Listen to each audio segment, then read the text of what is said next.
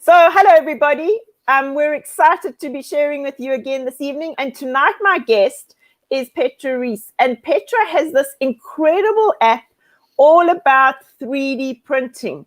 And we're really, really excited to be sharing it with you. 3D printing for me has been a passion for a while. I just love the way you can make components, mix them together, make them move, or have static ones. My favorite one at the moment is this tiny little frog, which I just love when we printed it a while ago. And some of the other ones I've got behind me. So this is an interesting printing technique that I learned about not so long ago. It's actually particles of plastic, and the image gets actually embedded in this whole bed of plastic particles. It then pulls them together, makes the shape, and it comes out. So the wastage with this kind of printing is very different. Whereas this is PLA, and we're going to be speaking about PLA today. So I'm excited that we're going to be exploring these different kinds of plastics. To begin the evening, I'm going to play you a short clip. Have a look at how wonderful this app is.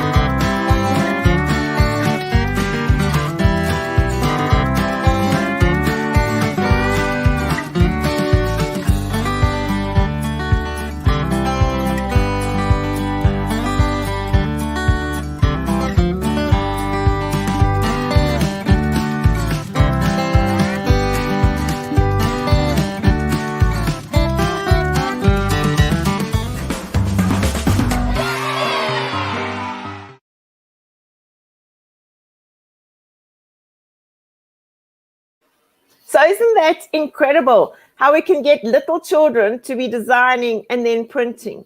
And for me, that's just phenomenal. So as I said, this evening, my guest is Petra.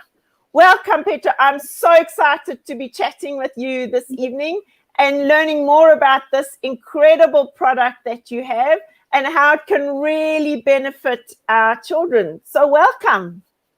Thank you so much, Karen, for having me. It's really, really exciting. And thank you for sharing. I get very excited. So I always have like this big smile when I'm able to speak about these things. So thank you. Tell us, where did this idea even come from? Well, it actually came from a need from being a mum, and really realizing that I wanted to raise creative geniuses as one of the needs for the very fundamentally different future, and the fact that we kind of really gave our children a gift of all these wicked problems that will be very, very tricky to solve. So I just thought, how do we equip them for, with being innovative and creative and being able to think out of the box and all of these things. And really I kind of, when they can imagine something in their minds, that it actually can become reality. And 3D printing is kind of a symbol, right, of exactly that. When we can just, anything that you can imagine kind of can be put into a real thing that you can hold. So, and then doing a bit more research and partnering with the right people in the education space, we started White Toys, and with that, the whole notion of raising future creators and makers. Where did the name White Toys come from? Good question. So kids always ask why. Why is this and why is that? And it's always sometimes difficult to explain it to them, why even, why is the sky blue, and why do I breathe the way I breathe, and, what is all of these things. And I always thought, if I just had these things to explain it to them, and then basically I realized I can 3D print them. So, if you can't find them, you can 3D print them. That's so cool. So in terms of your app, what age group is it relevant for? Yeah, so it's basically we encouraging kids as little as 3 years old, 4 years old to start getting into it. And their parents, obviously under the guidance of the parents. As they get a little bit older, it gets much easier, as you can imagine. But essentially, as little as 3-4 years old, we had actually, these pre-kindergarten kids that are actually the most excited about it, because they realize that they can actually make these things, and that really was, I think, a huge kind of opportunity. And then the school teachers as well, them realizing that they can use 3D printing in their everyday education space. And again, that they can actually make something that either they can't get somewhere, or make something that the kid's saying, like, can I create this, and can we co-create something together with the children? And I think that's what's exciting, is that 3D remains in their hands throughout, the school, and not just in kindergarten, and then we take it away from them in grade 1. That's so true. I mean, I've just popped up an image from the World Economic Forum. So we talk about the fourth industrial revolution and the kinds of things that we're looking there, but assistive manufacturing in terms of 3D printing is really up there. I mean, in terms of how we can use it for construction. And I was watching a video the other day of a house being 3D printed, and it was a huge 3D printer, but just imagine how amazing that is. And they were talking about the house being printed within 3 days. So imagine having your whole house built in 3 days. That was just phenomenal. And then things like your environmental type awareness that people are already looking at in terms of 3D printing, and how even though we're looking at plastic and maybe the negativity around it, also the way 3D printing is actually assisting in different environmental projects and the things that have been printed there. And then the things around medical development and how we're getting parts of limbs and things being developed. So tell us about a project you were talking about to me yesterday, about how you were working or knew about in the Eastern Cape in terms of what was happening there with a project. Yeah, no, absolutely. And I think that's where it's really exciting to see all these opportunities that you mentioned, especially for Africa, where we can make for our own needs, where and I think, and customize it for our own problems. So we have basically equipped a company in Umtata. They already specialize into braces and medical type of assisted devices. And yes. We equipped them with 3D printing opportunity and included youth in the community as well. And now they actually just been in the news. They started designing their own items, their own braces. They just developed amazing support for club feet that they're working with the hospitals in the community. And I think that's where it's really exciting to see, is that we suddenly starting once people get excited about it and understanding it, and then understanding the design process behind it, then they start actually making what they require for the community. Because there are essentially 3 components in the 3D printing. One is the technology, the other one is the type of materials that you use, and then the third one is the design. And the beauty is, obviously, when it all comes together, and you can work with, even as far as AI, designing its own design to really optimize it for the most incredible things. But I'm just wondering whether I can share just one quick shot around, if you allow me there. There it is. Hey, let me add it into us. If you can see it. Yes, there we go. Wonderful. Oh, sorry, I just hit it. My apologies. There it is. So just to kind of a little bit give you a taste about why I'm equally not just excited about 3D printing for children, but because where those opportunities for them, will be in 10, 20 years from now. And at the moment, the industry is sitting at about $12 billion, and we typically associated with, the additive manufacturing that we know it from already as early as the 80s, making prototypes, a lot around that. And now, it started actually go into actual product. And that's what's really exciting. So when we have actual products that are very unique and only can be actually done through 3D printing, you can't make it in any other way because the complexity of, for example, of the design, or the materials, that you can use, or bioprinting, that you can see the human ear. And, as far as printing, 3D printing is essential for space exploration. And so the industry is predicted to reach, almost $2 trillion by 2030. And the other slide I just wanted to share is that the prediction now also by the analyst firm Gartner, that there will be a 3D printer in every household, obviously when you look at the American market specifically, by 2030. So just briefly to share these kind of two slides, just to give people a taste around why 3D printing is going to be so important for our children to also learn, and work with as an essential kind of opportunity, and whether it's an entrepreneurial opportunity or whether they want to be working in that space as scientists and material scientists and researchers and space explorers.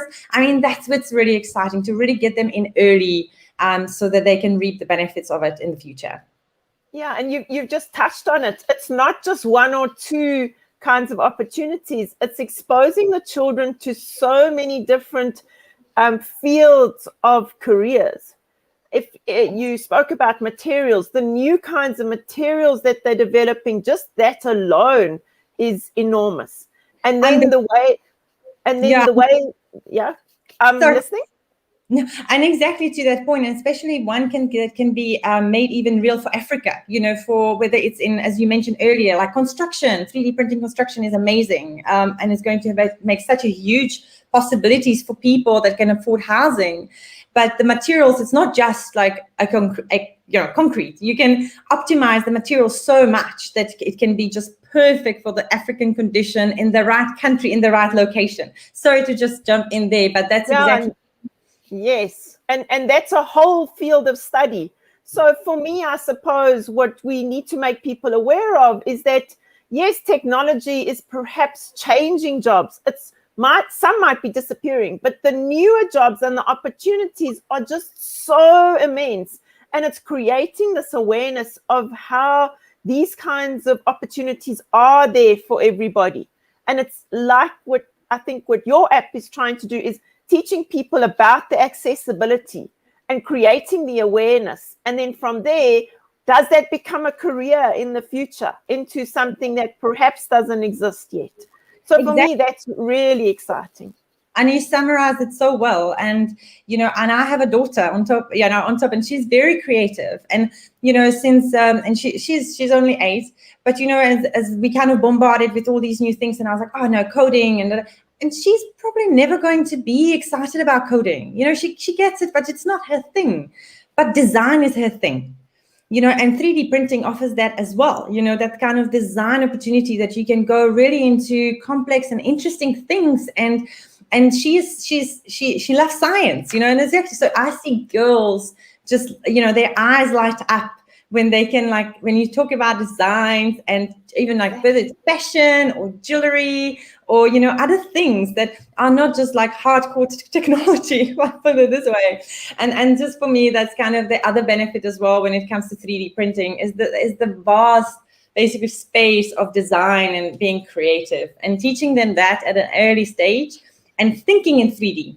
Because we often, we then surprise like kids, oh, you don't see those 3D spaces. And I'm like, well, they don't, because we really didn't give them those opportunities early on. We kind of give them a paper and which is great. But, and seeing that, with the 3D spaces, when they start actually working with it, I've heard from kindergarten teacher that the children, after being exposed to the 3D printing opportunity, or whether it's the design competitions or challenges or the 3D printing itself, then they actually start thinking differently. They were, instead of, they said, draw a castle, and the kids were actually making 3D castles and out of paper. But they're starting getting that shift, the mind shift. Because for us, it's sometimes almost like difficult to start thinking that way. Like something is broken in your house, and a lot of DIY people will be like, yeah, let's 3D print it. But a lot of people who are not used to that will not just that. We need to shift our thinking. Like, oh, I can make this myself. I can even improve it, in fact, because it was irritating me for so long. And we just don't think like that. But the kids do. From 5 years old, they will be able to tell you how it actually should be improved and how you should design it going forward. Exactly. And I mean, I think with what your app is also doing, where schools might have just done box construction or nets and things like that, they now can actually go and print something that they could then use. So it now becomes a little product that actually becomes usable even for tiny little children, which then makes them think differently around the kinds of products they develop. I know a lady where you mentioned jewelry, but I know of a lady who that's what she's doing. She's 3D printing her jewelry and selling her jewelry, and she's not even using metal. She's actually just using plastic. And the cool thing is that she's then designing artifacts the way people want them, and she's 3D printing it in the color that they want. So I think that's also really cool. So you can go to somebody and say, I want a piece of jewelry that looks like this. And you've got somebody who can then be doing it in, you can 3D print in some metals, but I mean, she's actually then using just the plastic and making a living out of that. And you can also, even you can really add to it by adding paint, and whether it's specific paint, or you can actually add it to beautiful design boxes. I mean, I have amazing artists actually who are using 3D printing components, and then they're incorporating it in a beautiful African crafted boxes, and whether it's also pewter work and etc. So that's on its own. You can really add to it, and you can kind of touch up.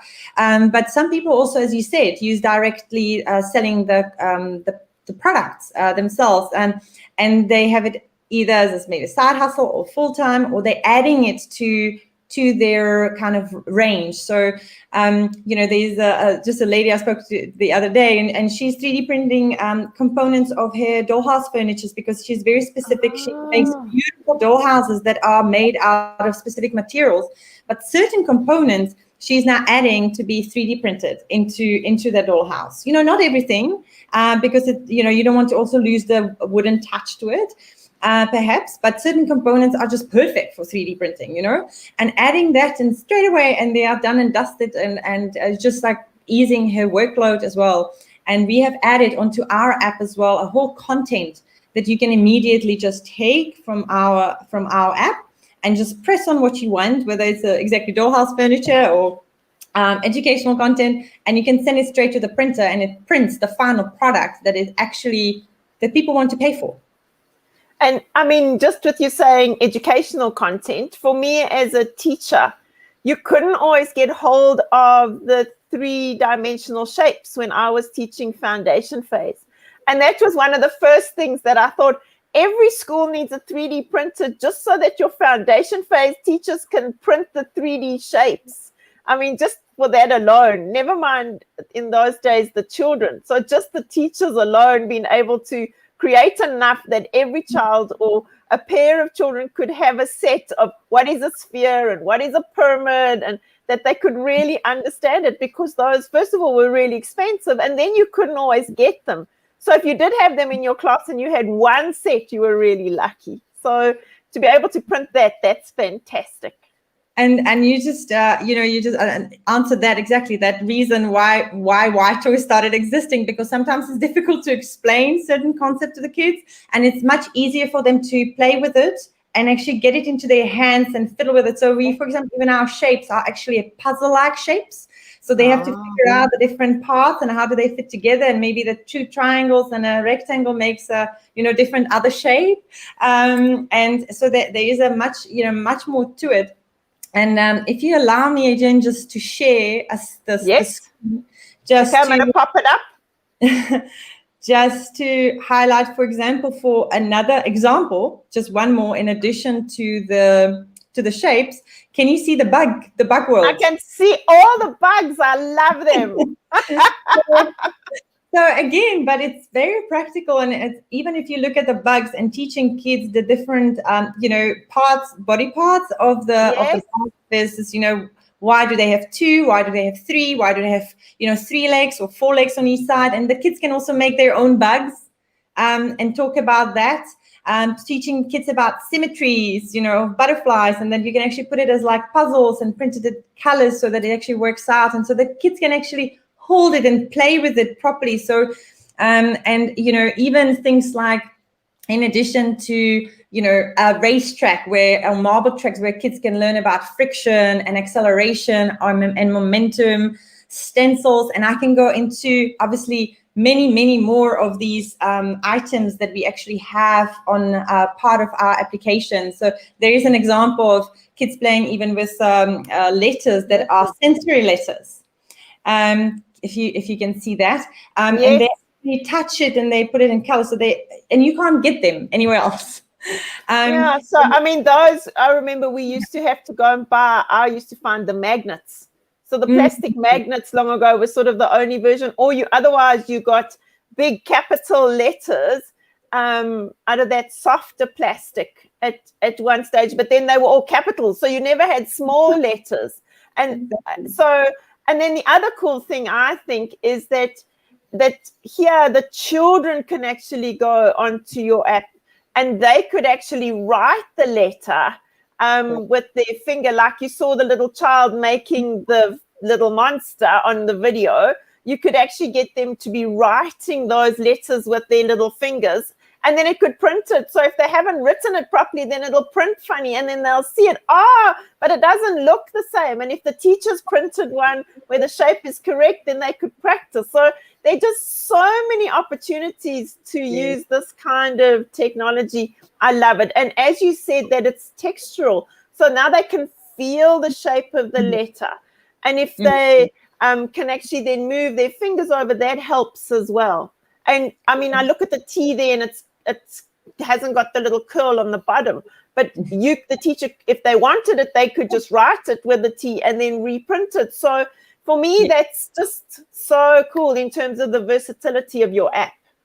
Absolutely. So, and then obviously the additional content that kids have and the challenges that actually they have in addition to that. And you mentioned something that which is also interesting.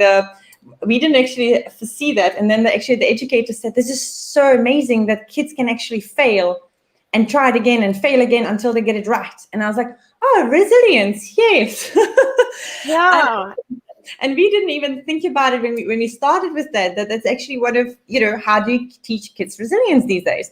And having them to exactly do that kind of, trying something and it's not working and then trying it again. And, until it actually gets to a point where it's perfectly close to perfect, when it's done. It's actually also important, and it's okay to fail and try it again, until you get it right. So that's just what I also wanted to just highlight, that it's very, very important. We often forget that kind of thinking, that is also important for the kids, because everything must be in their minds perfect, and it's not that. It can be imperfect. And you get it until to the point where, it's good enough. I had my kids, this funny story with the Lilo, that they were actually measuring the lid that we lost, basically the lid to the Lilo. And we were like almost out of the door to buy a new one. And my kids were like, no, we're going to 3D print one. And then that's lovely. Last year, the 7-year-old directed the 5-year-old to say, take the measurements. And the 5-year-old, every time he gets the app, it's big like this, and we left them there because firstly, I was fascinated, to say this is amazing. And secondly, it's okay to fail. And then they printed it wrong. And then, you a little bit guide them and you help them until they got it right, the full sound around and worked. And that Lilo has been the most treasured Lilo in the whole of South Africa, I'm telling you now. That Lilo, because that's the other component, they made it themselves and they treasure it. It's like the IKEA effect, you build your own chair or bed and you sleep better in it, but it's really bad bed, like no one But I think they taught you a lesson because you wanted to just go and buy a Lilo, and yeah, they said to you, no. We actually come on, Mum, we've got the app. So I thought that was a really cool comment of yours. David and Gillian have popped questions. I shared some of those with or statements, but David's got a question. So he's saying, this is exciting. Does your app allow you to manage costs? Yeah. How do you prevent kids from printing everything? That's a very good question. Well, thank goodness 3D printing is actually, it has the benefits. It's a pro and a negative at the same time. And it's about the time things take to print. It does take time. So, at the beginning, kids think like, oh, why is it taking, when they see the time, it's like, it's going to take an hour to do this. But then they actually realize that it's within a day or two, they actually get a lot to print. But also they realize the delayed gratification, you need to wait for it. And secondly, you need to plan it. So, often with the kids, you need to allow them, which allows them for the planning. So you want to print this and this and that the teacher can do with them. What are we going to print first? Because this takes so many, for example, minutes or hours. The other things take so long. So what do you want to print first? So it's like, it's interesting to see then the 5 and 6 year olds, they start arguing and, saying why this should be more important than the other. So that's firstly interesting to see that whole planning and the collaboration and communication in there. So essentially the teachers can manage it or the caregivers can manage it. There is also the filaments that is in there. It only allows for obviously certain amount of things to be printed. But the most important thing is actually not that expensive. At the moment, the most expensive thing around 3D printing is just the 3D printer itself, but it starts from 6,000 Rand. So it's not, people have this image of like, oh my goodness, it's going to cost me 20,000 Rand at least. And meanwhile, is literally like from 6,000 Rand, you can get a 3D printer, good quality 3D printer that you can make money with. Those are the printers that people are selling goods with. And the filaments are also not expensive. So that little frog, for example, that you had in your hand earlier, that probably would cost in terms of filament, I'm not too sure of the infill, but it could be anywhere between 5 to 10 Rand. Probably in terms of the costs of the materials, if I exclude the printer. So it's actually not that expensive to use the materials. And often people don't know that. I realize that people don't realize actually how cheap is to print. It's actually cheaper to print it in terms of the materials than even if you had to go to the shop and buy it and run around and not find it. And the other thing for me, I think at schools, it's often around if you have enough equipment. So I know at schools, if you talk about getting children to really engage, is what some schools do is children have to do their designs. They then look at each other's designs and they then vote on the ones that need to be printed. So you're now starting to get children to evaluate each other's products. Does it actually meet the needs that we're wanting it to do? And so then exploring from that point of view that maybe all my products don't get printed, and that's also okay.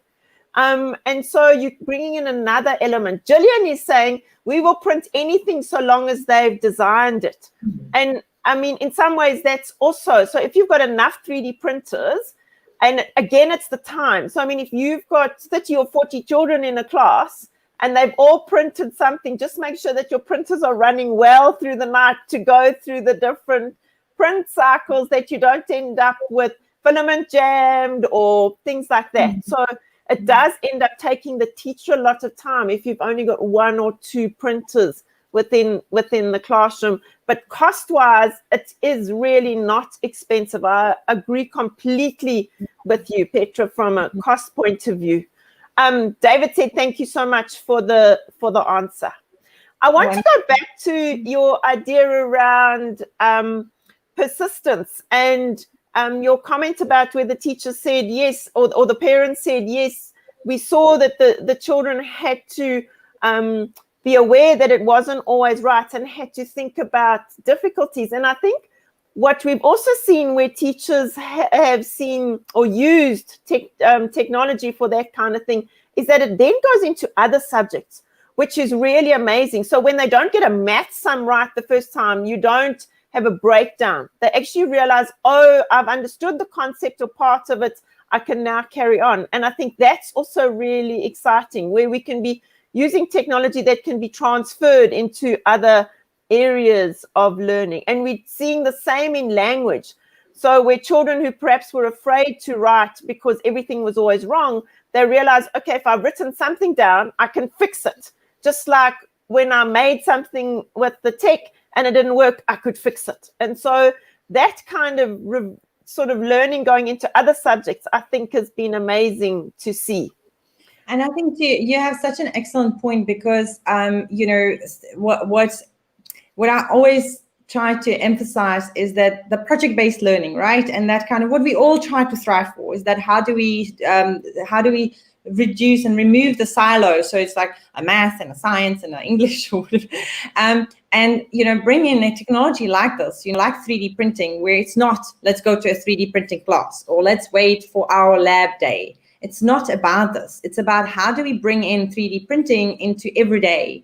When we teach kids about science, let's say about biology, and we're teaching them about heart, that the fact that you actually say, well, let's 3D print a heart, and it's let's look at it, let's look at the component, and then with that, the different challenges that you can add to it, or when you're talking about design, exactly, let's add a 3D printing component to your design. When you're talking about the different angles, how do we 3D print a hydraulic, I would say, the 3D print an arm, with a hydraulic syringe, the arm can move. And then they start interweaving to say, oh, I can use a 3D printing part, I can connect it to a syringe, it does something else. And as they're growing up, then they go like, oh, and I can add a sensor to it. And I can then add Arduino to it. But, it's a natural progression instead of just, let me go to the lab where the 3D printer sits. And it's typically only in a secondary school, if they're lucky. And I do agree. And I think as the technology's prices come down, it's made it more accessible. But also, like you've said, it is a technology that can be used in every subject. So, I mean, this geography teachers could be printing maps or countries or maps as puzzles. So you could do all the different provinces separately and then get the children to put it together. Then you could do the whole of Africa and add that, and then the countries. And so where our children are suddenly saying, we don't know where the countries are, if they're building these puzzles and they've designed them, just imagine. And then you can be using them as artworks around the school. So then these could be put up on walls, which then become textural. I mean, there's just so much that we can do in every single subject area. You showed us in your pictures just now, you had a hand with the components. And I suppose that's the other thing I like about the 3D printing, is that it doesn't have to be solid. So you can have one product made of a whole lot of different pieces that then fit together. You mentioned it a little bit as well. But for me, that's really exciting, because then you can start making things that move. And so if I think when I was teaching design and technology, and if you didn't have pre-made, generally plastic gears, if the children had made paper gears or card gears or things like that, often they couldn't hold the load, so they would have built this amazing thing, and then they tried to make their mechanism work. It didn't work because the actual mechanical components were not strong enough. And so now you can be getting them to design those components, and on top of that, making their product work better. So I know that's so exciting. And that's what we're adding essentially as well to our app, is just for the teachers to be able to use that they actually have firstly content, whether you want to have a 3D printed heart that looks like and you can actually take that heart apart to look at the different components of the heart, or brain, you're teaching kids brain, and now you can actually name it and they can put the brain together. Again, we make it a little bit tricky, so it's like a puzzle, so that they actually learn a little bit harder because it's more fun for them, a challenge. But with that, to your point, you actually want to also add a challenge to it. So For Yes. example, for the small children, it's about you can 3D print 2 pieces of a tower, and then they need to figure out themselves how do they have a car, for example, crossing between the one bridge to the other. And then that bridge, for example, has different components on it, and then they have to actually make it, for example, add paper, carton, whatever that they want to make it the weight different. And so the beautiful part to what you said is that using 3D printing for additional problem solving and having, in addition, challenges to what you're teaching them. So when we, for example, we're doing now dinosaurs, our challenge was, for example, how would you equip the dinosaurs today, or how would you save the dinosaurs if meteorite had fallen on Earth today and the dinosaurs were still alive? What would you design for them? And then the kids had to use the app and other components to, whether they wanted to do biodomes or exoskeletons, and any other additional things. And it was really fun to see, how they were actually thinking about it and using 3D printing in that kind of a form. And that's where, you really give them that kind of opportunity of anything I can imagine can be made. And that's the future for them. Yeah, that for me is really lovely in terms of how we can use that. Do you want to tell people a bit more about the app, so where they can find it? And then do you want to talk to the price point? Yeah, so I think that from the app point of view, so obviously contact us on our website. We have all the details there. It's also explained. There's a section for schools where it explains, but also my email is just listed. So please contact me. We can also send you a little bit more information. We also do free demos for schools so that they can really touch and feel it and experience it and see if it's for them. Often, it's just people don't know how easy it is, and teachers might think that they are inundated already with so much.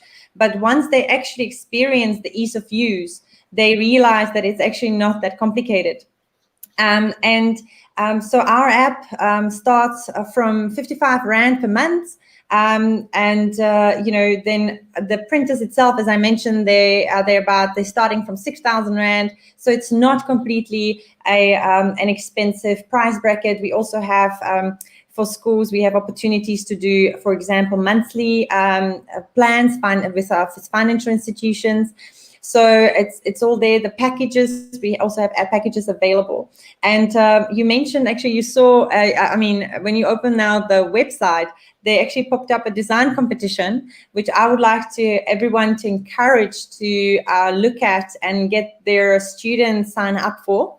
It's our 3rd annual competition. So we've done it successfully for the last year. We now have partners like Rabdasa, the Institute of Inventors and Innovators, offering amazing mentorship and support to really get kids into that innovation age and into that entrepreneurial also thinking. How do I get my idea out of my head on a paper into a real product? So we have our challenge for this year is Innovate Local.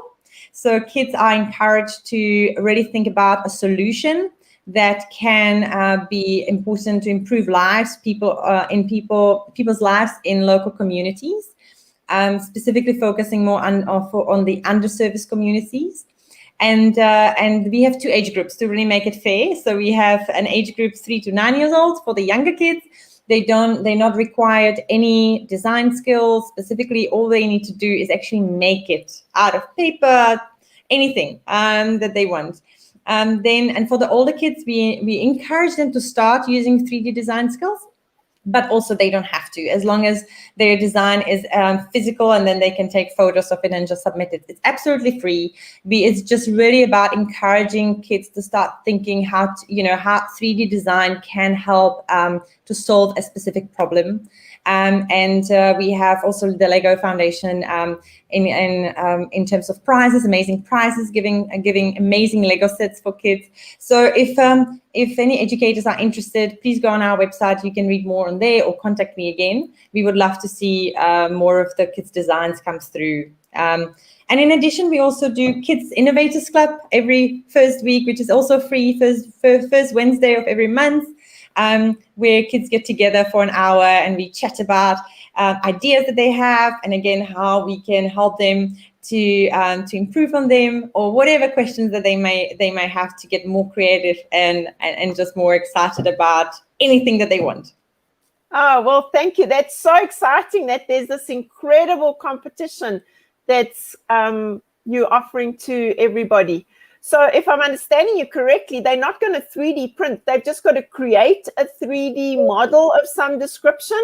And then how do they submit it? Do they take photos, or how does it get submitted? Yes. So they literally just click on the banner. It takes them to another page where they just need to fill in, obviously, their details in terms of so that we know who they are.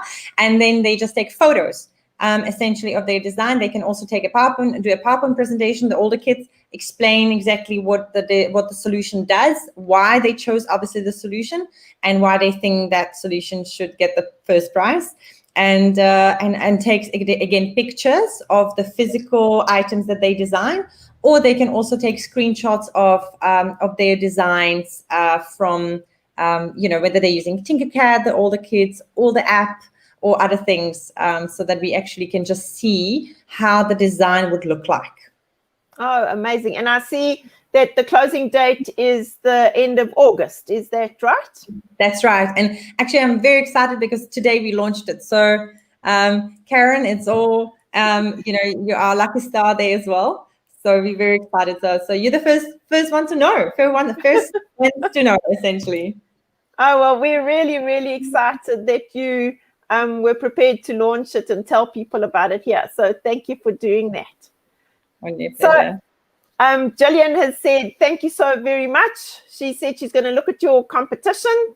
But I agree, Jillian, 3D printing is really fun and really does help children to solve problems. So thanks for sharing this evening. So as we end off, Petra, what would you like to share with everybody as we finish off? So really just to, I think problem solving in general on any level is just so important. And we see it more and more, and just really encouraging everyone to think out of the box and get kids think out of the box as well, whether it's, and using all sorts of different things, whether it's 3D printing or whatever that is that people want to use, but really just encourage kids to create and make, because once they, we have that philosophy is that once they start hacking things, so I always say, let kids hack things, take them apart, put them together, whatever that is, because then they start actually making things, and encouraging kids to make things will make them start thinking about innovating and then hacking problems. How can I actually, because they made something, and then they can say, oh, how can I innovate? And once they start innovating, then they can start hacking opportunities. And we also busy with another project around that with actually partners from India around that, who did a whole amount of research around how that actually improves entrepreneurial skills for the future that we so desperately need to obviously also embed or awaken in young minds. So when that grows, you'll have to come back and tell us about how we get involved with that. But I think that's exactly what we need. We need children who are comfortable, who really understand that it's okay to make mistakes, and that's how we solve problems. That the first solution doesn't normally do what you want it to do.